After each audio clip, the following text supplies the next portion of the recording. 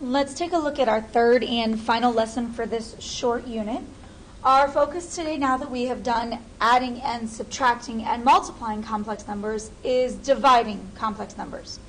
This is a process where it's very important that you pay attention to fine detail because there are places that you can make little errors, and little errors cause big errors in the long run. So let's take a look at our process. In order to divide complex numbers, the first thing we have to do is actually use multiplying. And we are going to multiply both the numerator and the denominator by the conjugate of the denominator. Now, that conjugate word we've mentioned. That was something that we introduced at the very end of the previous lesson. And if you remember, conjugate meant, and these are some notes you might want to jot down,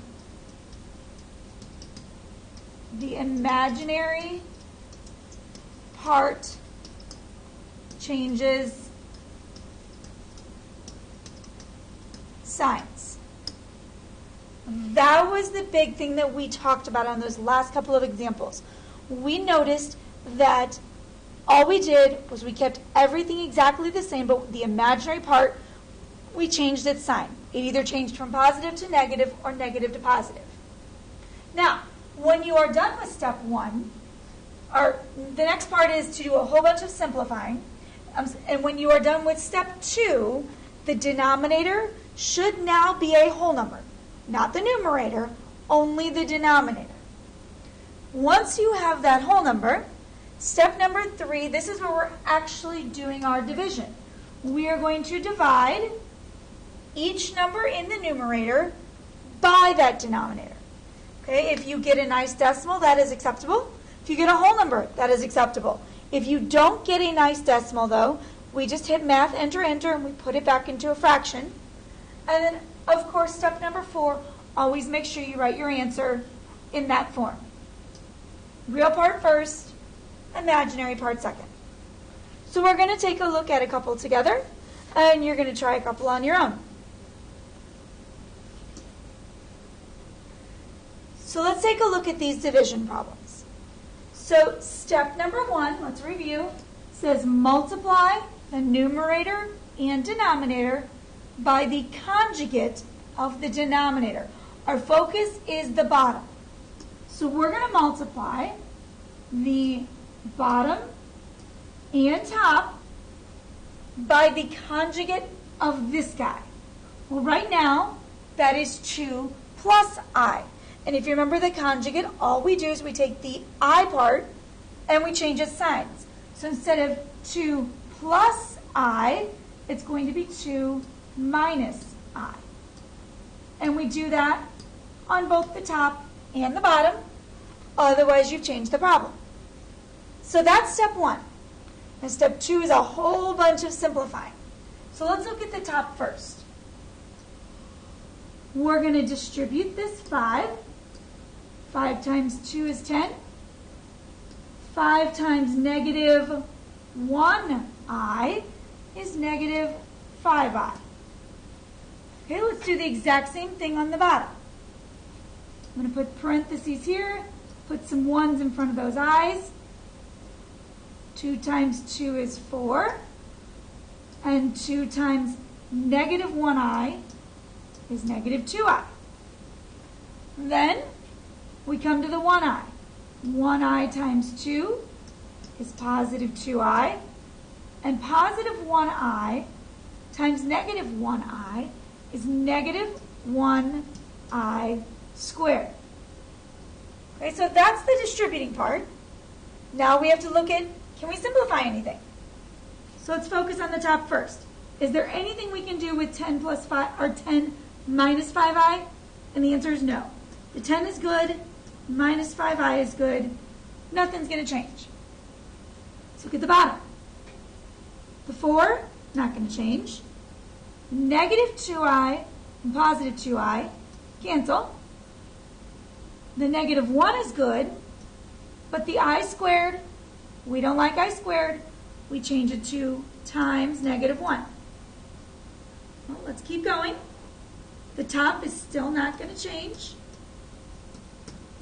The bottom we now have 4. Negative 1 times negative 1 is positive 1.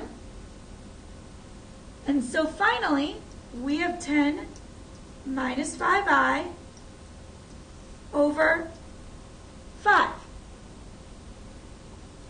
Now, we know we are done with step number 2 because it says the denominator should now be a whole number. Step 2 is where 90% of your work is. Step 3, all we're going to do is divide each number in the top by that bottom number. So, 10 divided by 5 is 2. Negative 5i divided by 5. Just divide those two whole numbers, negative 1, and the I tags along. And finally, step number 4, is our answer in this correct form? Real, imaginary, yes it is. Okay, so let's look at one more together and then you're going to try a couple on your own. Start with the same process. We're going to multiply the bottom and the top by the conjugate of the bottom. 1 minus 3i, change that minus, changes to a 1 plus 3i. Do it on the bottom, do it on the top. Okay, we are ready to actually do our distributing. Start with the top. 2 times 1 is 2. 2 times positive 3i is positive 6i. Switch to the 5i. 5i times 1 is 5i. 5i times 3i is positive 15i squared. Let's look at the bottom. Same exact thing. 1 times 1 is 1. 1 times 3i is positive 3i. Switching to negative 3i. Negative 3i times 1 is negative 3i. And negative 3i times positive 3i is negative 9i squared. That is all the distributing. Now we got to start doing some simplifying. Let's look at the top. 2 stays the same. 6i and 5i make positive 11i.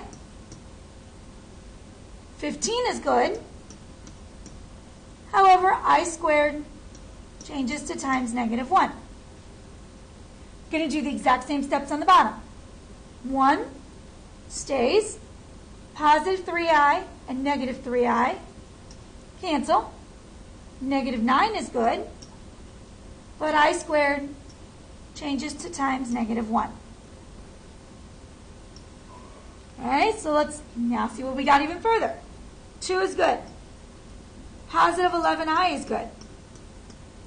Positive 15 times negative 1 is negative 15. 1 is good. Negative 9 times negative 1 is positive 9. One more step and then we are almost there. 2 and negative 15 combine to make negative 13. The positive 11i comes down. And 1 plus 9 is 10. We know we are done with step 2 because we have that whole number in the bottom. Now, we just have to do the division part. Negative 13 divided by 10 is negative 1.3. That is a nice decimal. That is accepted. 11 divided by 10 is plus 1.1, and the I tags along. Also a nice decimal, also acceptable. That is finished. Okay, so what I would like you to do start on these two by yourself. See how far you can get without having to unpause the video. Okay, so let's see how you did. We need to multiply the bottom and the top by the conjugate of the bottom. Negative 4 plus 2i changes to negative 4 minus 2i. Remember, only the I part changes. Okay, so let's see how we did. On the top, 3 times negative 4 is negative 12. 3 times negative 2i is negative 6i. Negative 4i times negative 4 is positive 16i. And negative 4i minus 2i is a positive 8i squared. Same thing on the bottom. Negative 4 times negative 4 is positive 16. Negative 4 times negative 2i is positive 8i. Positive 2i times negative 4 is negative 8i. And positive 2i times negative 2i is negative 4i squared. Okay, so let's see how you did on the simplifying part. Negative 12 stays. Negative 6i and positive 16i. If you put in the calculator, make positive 10i. Keep the positive 8. Change I squared to negative 1. On the bottom, keep 16. Positive 8i and negative 8i cancel. Keep negative 4. Multiply it by negative 1. Keep going. Keep negative 12. Keep positive 10i. Positive 8 times negative 1 should have given you a negative 8. Keep 16. Negative 4 times negative 1 is positive 4. One more step. Negative 12 and negative 8 make negative 20. Bring down the positive 10i. And 16 plus 4 is also 20. So hopefully you got that far on your own. You do have a whole number, just like we wanted. So now we are ready to divide. Negative 20 divided by positive 20, calculator tells you is negative 1. Positive 10 divided by 20, calculator tells you is positive 0.5, and the I tags along. And we are done. Let's look at the last one and see how you did on this problem. Multiply the bottom and the top by the conjugate of the bottom. Well, this is 1 plus 1i, and so the opposite is 1 minus 1i on the top and bottom. Okay. Next step, bunches of distributing. Negative 6 times 1 is negative 6. Negative 6 times negative 1i is positive 6i. Negative 8 times 1 is negative 8. Negative 8i. Negative 8i times negative 1i is a positive 8i squared. On the bottom, 1 times 1 is 1. 1 times negative 1i is negative 1i. 1i times 1 is positive 1i. And 1i times negative 1i is negative 1i squared. Okay, so let's see how you did now on simplifying. Keep negative 6. 6i minus 8i is negative 2i. Keep the positive 8. Change the I squared to a negative 1. On the bottom, keep the 1. Negative 1i and positive 1i. Cancel. Keep the negative 1. Change I squared to negative 1. Keep negative 6. Keep negative 2i. 8 times negative 1 is negative 8. Keep the 1. Negative 1 times negative 1 is positive 1. Finally, negative 6 and negative 8 make negative 14 minus 2i, and 1 plus 1 is 2. Last step of dividing. Negative 14 divided by 2 is negative 7. Negative 2 divided by 2 is negative 1, and the I tags along. So that is division. We have one more concept to look at. Much, much less work here. We're going to be simplifying powers of I. In other words, I to the power of 28, I to the power of 300. All we know is I squared, so we're going to use I squared to help us out. So the first step, break your problem apart into I squared and I if necessary. Okay, sometimes we will have an extra I left over. Step 2, we know that I squared is equal to negative 1. So we're going to replace every I squared with negative 1. Then we're going to multiply everything together to get our final answer. So we're going to take a look at a couple together. So when I give you a problem like I to the power of 13 here, what that simply means is I have a total of 13 i's to work with. The first step, again, said break it apart into I squareds. So if I have 13 total, I definitely can make one pair. I've used 2, that means I'm down to 11. Well, I have more I can make. I've used 2 more, I'm down to 9. I've used 2 more, I'm down to 7.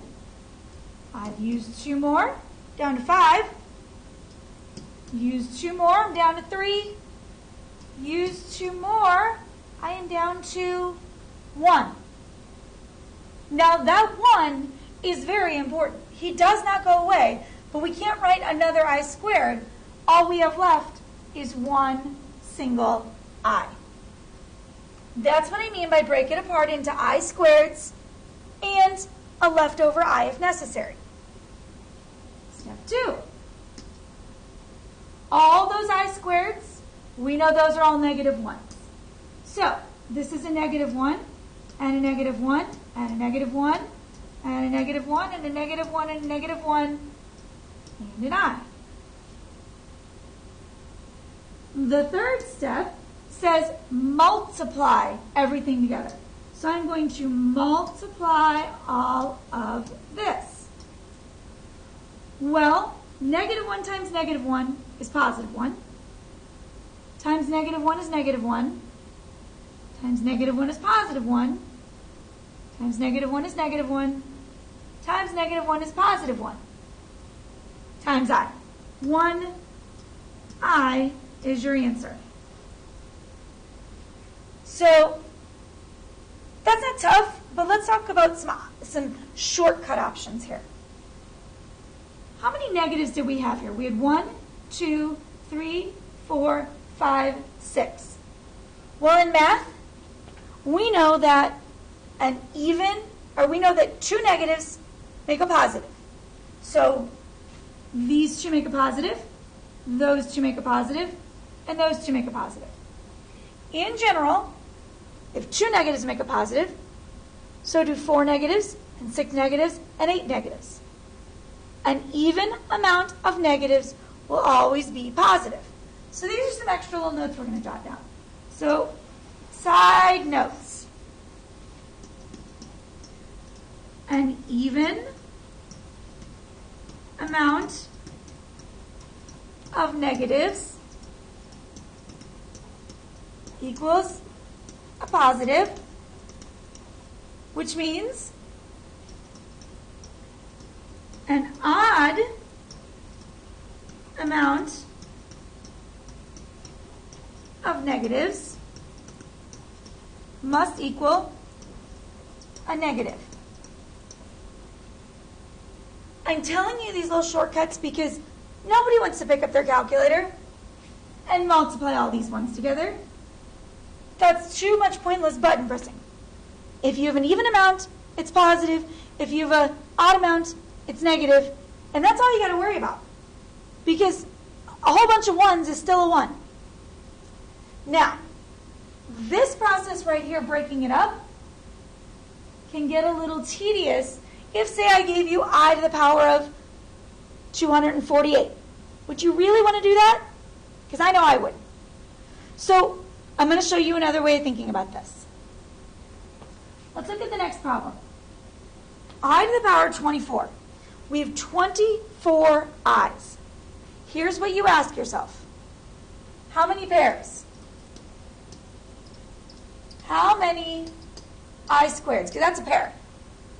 Well, 24 divided by 2 gives us 12 pairs. Now, I'm not going to ask you to write that part right there. This is what I want you to show on your paper. I squared is what I'm looking for. I have a total of 12 of them. Here's the shortcut way of writing it out. Put it in parentheses to the power of 12. Because what that means is you have 12 of these things. Now, when we divided by 2 here, was there any decimals? No. 24 divided by 2 is an even 12. What that means is there is no lonely I like the first problem. So that's it. There are 12 I squareds. Now, we're going to change I squared into negative 1. So this I squared is going to change in parentheses to negative 1 to the 12th power. 12 didn't change, only the I squared. So what this now says is, I have 12 negative 1s. Well, is 12 an even amount or an odd amount? 12 is an even. So an even amount of negatives changes to a positive 1. And because there are no more i's, that is our answer. Now, this is almost too simple where some people like to overcomplicate it. Let's look at one more together, and then you're going to try one on your own. I to the power of 54. So I'm going to do the exact same thing I just did. 54 divided by 2 gives me 27. Perfect whole number, no leftovers. That means I have 27 pairs. So I squared to the power of 27. I have 27 of these guys. Well, these guys are equal to negative 1. So now I have 27 of these guys. So now we have to ask ourselves a question. Is 27 an even amount? Or is 27 an odd amount? 27 is an odd number. So an odd amount of negatives stays negative. So 27 negative 1s is equal to a negative 1. And there are no more i's, so that is our answer. So go ahead and pause the video. Try this one last problem on your own, and let's see how you do. Okay, so let's see how you did. 35 divided by 2 was 17.4. 5. And that's a little different. What that means is, first we have 17 pairs. So I squared to the power of 17. This 0.5 means that there is one I left over. So I'm going to jot down that extra I right next to the parentheses. Now, this I squared still changes to a negative 1. 17 stays. That lonely I stays. So we have 17 negative 1s. Is 17 positive? I'm sorry, is 17 even or odd? 17 is odd, so an odd amount stays negative, but this I tags along. Now, if you're a little fuzzy, let's just go ahead. I'm going to have you write down, because I know there's some white space there. I want you to try one more on your own. I to the power of 115. Pause the video and try that one completely on your own. So let's see how you did. 115 divided by 2, you should have gotten 57.5. So that means we have 57 pairs and one left over. So I squared, there's 57 of those, and there's one I left over. I squared is negative 1. Keep the 57 and the I. Is 57 even or odd? It is odd. So it stays negative 1 and the I tags along. What you'll notice on these kinds of problems, there is only 4 possible answers. And they are negative 1 and negative 1I and positive 1I and positive 1. Every single problem will be one of those 4 answers. So if you don't get one of those 4, you made a mistake. So at this point, we are done with the video. We are done with the unit. I'll see you in class.